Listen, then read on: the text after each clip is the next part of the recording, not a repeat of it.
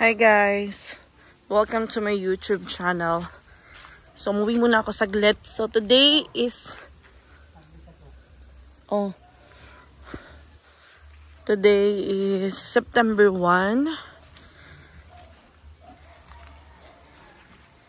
And before natapos yung month of August, may nangyari. May hindi inaasahang pangyayari. So, kahapon, August 31, dinala ko si Nikki sa laboratory kasi nilagnat siya ng madaling araw nung 31. Pagkatapos, dito ako sa bukid nung time na yon, tinawagan ako ni Kayla ng mga 7 kasi sabi ko nga sa live ko, pag nasa bukid ako, yung cellphone ko pag natutulog ako, hindi ko itinatabi sa pagtulog ko. Kasi gusto ko na yung pagtulog ko hindi madidisturbo. Dahil kung nandyan lang sa tabi ko yung cellphone ko, nadidistract ako, maya-maya hahawakan ko hanggat hindi pa ako inaantok. Para makatulog talaga ako, hindi na ako gumagamit ng cellphone. Kaya tumawag sila sa akin ng madaling araw, 1 AM. Hindi niya ako makontak. So, nag-open ako ng cellphone ko. Pagkagising ko na ng 6:30. And then, tinawagan ako. Sabi ni Kayla na si Nikki daw mataas yung lagnat. Tapos, syempre, sa ngayon, naka-ano kami, kumbaga, naka-alert kami. Dahil nga sa case ng dengue sa lugar namin na dumadami yung positive. And sad to say, meron ng 2 namatay. 2 bata na elementary pa lang. Yung isa, kapitbahay namin. Hindi naman malapit yung bahay namin sa kanila, pero nasa isang isang sitio lang kami. Schoolmate ni Nikki. So hindi ko alam, wala akong idea kung saan ni Nikki nakuha yung dengue. No. Tapos kahapon, while nasa laboratory kami, pero dun sa bahay pa lang, chinek ko na yung symptoms ni Nikki. May kutob na ako. Pero, inaano ko lang na sana hindi mag-positive si Nikki. So, nala ko na siya ng laboratory. Pina-CBC ko siya. Pinatest ko din yung urine niya. Pina-check up ko na din. Tapos, sa bahay pa lang, tinatanong ko si Nikki kung ano yung mga nararamdaman niya. Masakit daw yung katawan niya. Yung mata niya nagluluha. Parang masakit daw yung mata niya. Tapos, ano pa ba yung mga iba niyang iniinda. Masakit yung ulo. Hindi naman siya nahihirapan huminga. Pero, yun nga, naluha na lang siya. Umiiyak. Kasi, maano daw yung mata niya. So, sinearch ko yung symptoms ng dengue. So, yun yung mga lumabas. May mga symptoms si Nikki ng dengue. Na-confirm na siya nung na lumabas na yung laboratory niya. Yung yung test, yung tinasa kanya na dengue test. Pero, yung CBC niya, platelet niya is normal pa kasi sabi ng normal pa daw yung niya kasi pero positive siya. Mas maganda kasi napaaga yung nalaman na positive na siya kasi madalas daw pinapaabot muna ng 24 hours before the test ng dengue test. Pero kay Nikki hindi pa umabot ng 12 hours, pinatest ko na and na-detect kaagad na positive siya. Yung nangyari, inuwi ko siya ng bahay. And then, thank you so much sa aming BHW, sa aming barangay. Kaya Annalie kasi pinuntahan kami, and then kaila Ate Charing na kapitbahay ng BHW, kay Ate Lani, dahil kumbaga nakatutok sila kung merong nilalagnat sa loob ng bahay nyo, kinakailangan ni-inform yung BHW para ma-inform kayo kung ano yung mga dapat nyong gawin, yung mga ganun. And then ayun, panatiliin na naka-off lotion yung kayong lahat. Hanggat maaari kayong lahat mag-off lotion kayo, kasi para, or kung ano man yung mga pwede nyong gawin para hindi kayo dapuan ng lamok. Maglinis ng bahay, ipangtaob lahat ng mga pwedeng istakan ng tubig, sunugin yung mga dahon, kailangan din tanggalin yun kasi hindi nyo alam na baka nandun na pala nangingitlog yung lamok. So hindi talaga namin alam kung saan nakuha ni Nikki yung saan siya nakagat, or saan ba siya na saan, sa school ba or diyan sa bahay. So wala kaming idea. Pagkakalam ko lang, uso ang lagnat doon sa amin ngayon. Sa amin, uso yung lagnat. So, just in case, kung dyan sa lugar nyo, napapabalita na may case ng dengue, mas maganda or mas mainam na pag dinagnat, diretso na kaagad sa laboratory. Ipalaboratory nyo na yung anak nyo. Or kayo mismo, kasi yung dengue, wala yan sa edad, matanda, bata, baby, pwede yan. Kaya mas maganda yung mag-iingat tayo. Tapos, yung ginawa ko kay Nikki, pinainom ko siya ng bulaklak ng papaya, yung lalaki daw. And tumingi ako ng tulong sa Facebook page ko kung ano yung mga dapat kong gawin na sa bahay lang. Kasi ayoko din i-admit si Nikki hanggat na, okay pa naman si Nikki, nangihina lang siya. Pero, syempre, nahan ko na ng pagkain, okay lang na isusuka niya yung kinain niya, basta inom lang siya, inom ng tubig, and then pag sumuko siya, pakainin ko na naman ulit after ilang minutes or 1 hour, para at least kahit sinusuka niya yung pagkain niya, nagkakalaman yung tiyan niya. And then sabi nila wala dong antibiotic pag nakagat ka ng dengue, inom lang ng tubig. And pagkakaalam ko sa hospital, bawal yung mga gamot-gamot na yung papaya, o parang hindi siguro, hindi ko lang alam, pero may nagsabi sa akin na hindi daw pwede. Pero pag sa bahay, pwede yung meron nga dyan dito sa mga damo, sa mga paligid nyo lang, makikita yung mga pwedeng pang-inom. Naman siguro mawawala kung papainumin natin sa labas, taugasan lang ng mabuti. So ngayon, bago ako pumunta ng bukid, 24 hours ko naka-monitor. Na-monitor ko yung Nikki, kanyang temperature from 40 down to 39, 38, 37 na lang ngayon si Nikki. So hopefully, kasi sabi nila, after daw niyan, pag bumaba na yung laglat niya, lalabas na daw yung parang rashes daw ng katawan niya. So ibig sabihin, pag lumabas na daw yun, is natanggal na daw yung virus or nawala na. Hopefully mawala na. Ipag-pray po natin na sana po hindi na po dumami yung pagtaas ng case ng dengue ngayon. Kasi grabe, dito lang sa amin sa sa lugar lang namin, 2 na yung binawian ng buhay. Napakabata pa nila para mawala. Hindi man lang nila na yung parang hindi man lang nila naranasan yung mag-graduate sila, makapagtrabaho, makasama nila yung pamilya ng matagal. Hawa, as in. Kaya, syempre, tayo mismo, kinakailangan din natin maglinis sa natin, kapaligiran natin, para hindi rin tayo hindi pugaran yung lugar natin ng lamok, para na rin sa ating kalusugan, and sa ating mga anak, kapatid, lahat. So, ayun, sana magtuloy-tuloy na yung paggaling ni Nikki. Pumunta ako ng bukid para mag-harvest ako ng gulay kasi dadalhin ko sa bayan. Hinatid ko na rin si husband kasi bumaba siya kahapon, nagdala siya ng sili. Din guys, yung mga home remedies, sili na kulikot, yung hindi mo titirisin kasi sobrang anghang yan. Diretso mo lunikin, 7 sili pinapalunok ko kay Nikki, pero hindi oras-oras, isang araw. Itlog ng pugo, din yan, mabisa din. Itlog ng pugo, pampatas ng platelet. Ampalayan, dahon ng ampalaya. Dahon ng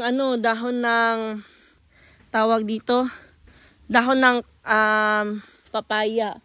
Mabisa din yan. Yan yung palaging painom. Tapos, yun, mag-harvest na tayo. Idalhin ko to dun kay Nikki para kanina, bago ako umuwi, bago pumunta na dito ng bukid, pinakain ko muna si Nikki. Kumain naman siya. Hindi ko lang siya pinipilit, like kung busog na siya or ayaw lang niya, hindi ko na lang pinipilit. Ang importante kasi may laman yung tiyan niya.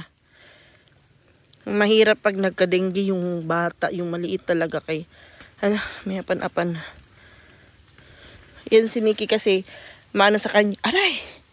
Inaano ko siya, pinakiusapan ko siya na, kumain ka, kay pag hindi ka kumain, madadala ka sa ospital. Alam mo naman, mahirap sa ospital. Imbis makapagpahinga ka ng mabuti, hindi ka makakapagpahinga ng mabuti. Ayan. Diba to, ba't nandito na to sa baba? Ano siguro to? Kunin ko na lang to. Okay. Tunok guys.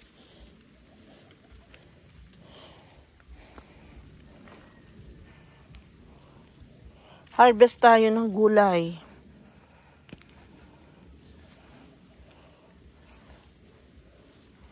Sa Mindanao. Grabe daw ang dengue ngayon sa Mindanao. May mga namatay. Ay. Mawawa naman.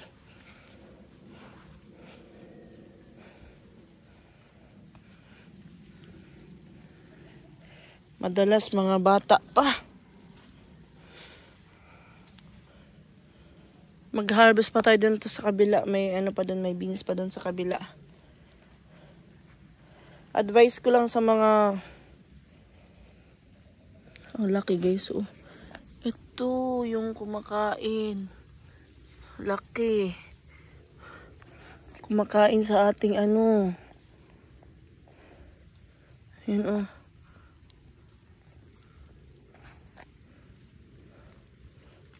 Ayun, oh, laki. Kumakain sa beans ko. Advice ko sa mga mommies dyan na pag nilagnat yung anak nyo, ipaano nyo na, ipa-CBC nyo na. Lalo na kung alam nyo na may case ng dengue sa lugar nyo. Mas mabuti na yung sigurado. Kaysa naman, ano na, yung dito sa amin, yung mga ganun na nangyayari. Yung hindi naaagapan kasi yung lagnat, minsan daw nawawala. Tapos babalik na naman. Akala natin normal lang na lagnat. Pero hindi natin alam. Dengue na pala yun. Kaya mas mabuti ng advance tayo mag-isip. Kaysa naman huli na natin malaman. Alam ko lang na-harvest. Okay.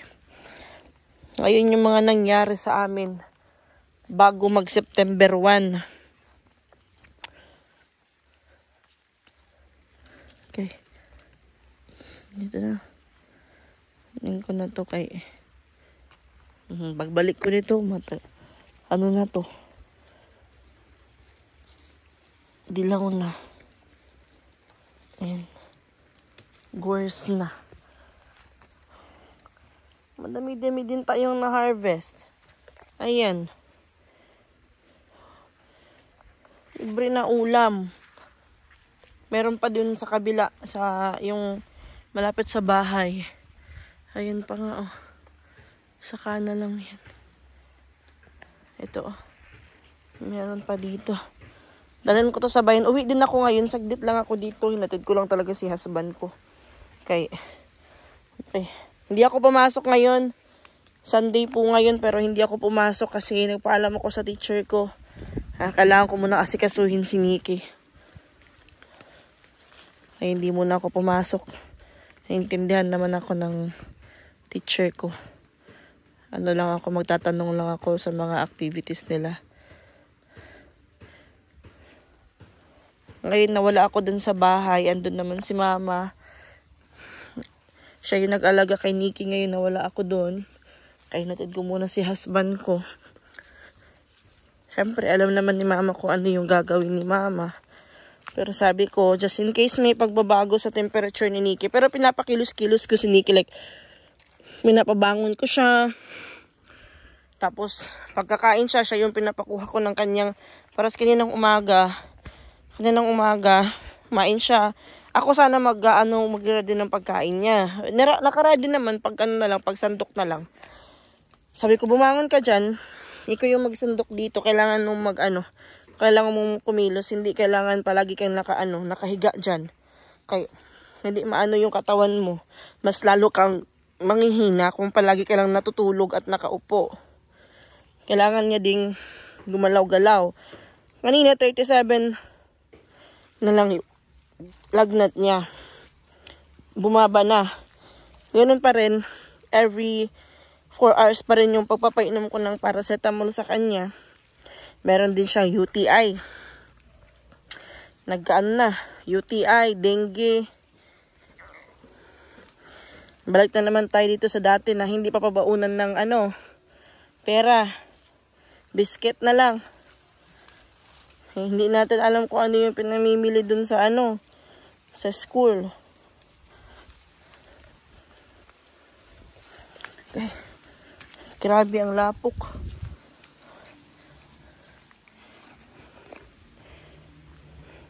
Tapos,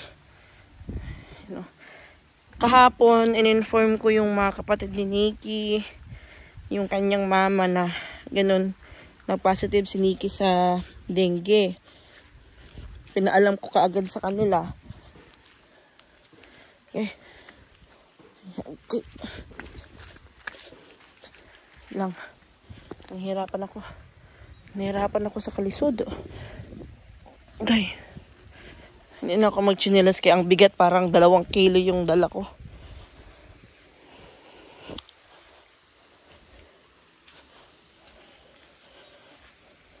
Nung nalaman ko guys, nag-positive si Nikki sa dengue, parang muna akong natulala muna ako kasi hindi ko alam kung ano yung gagawin ko. Sabi ko, naku, nag-aalala ako masyado kasi baka yung mangyari.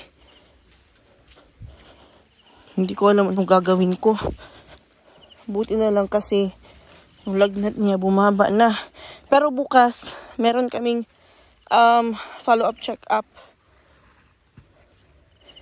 Bukas ng umaga. Kailangan kong ipa-CBC ulit si Nikki. Okay. Sakit. Okay. Lang. Kita, aray. Wait lang guys, kay matinek. Ako nag-chinilas eh. Para nakasing 2 kilo yung buhat-buhat ko. Si husband napakain na ng mga alaga namin. Iuwi ko muna itong ko. Chinalas. Okay. Malakas kasi yung ulan dito. Kahapon pa. Tapos kanina madaling araw. Saan kaya si Morgana? Hindi ko nakita.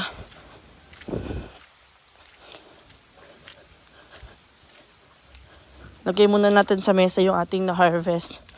Yan oh.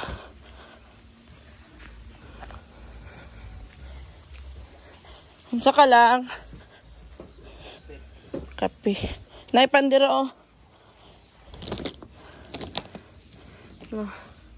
Dami-dami din tayo na-harvest. Kahit pa tayo dun sa taas. Meron pa tayong kukunin doon habang nagkakwentuhan tayo.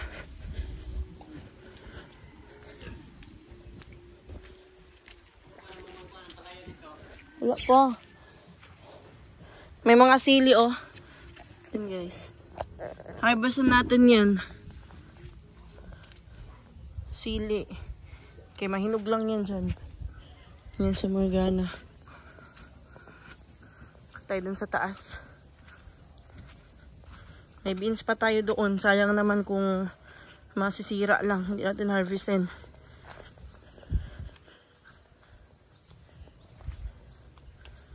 Okay. Anay ulan dito sa bukid. Ayan o. Ayan. Dahon. Sobrang laking tulong nitong papaya. Dahon. Kita nyo yan? Yan yung kukunin nyo. Tapos yung bulaklak. Dinikdik ko lang. Hindi ko nalagyan ng tubig. Dinikdik ko lang. Tapos yung kanyang kanyang gata ba yun? Yun yung pinainom ko kay Nikki. Hindi kayo naluan ng asukal. Para mabilis. Tapos ito din. Kita nyo yan? Tuba-tuba. Dito lang yan sa bakuran ninyo. Yan. Madami yan dito. Gamot din yan sa dengue.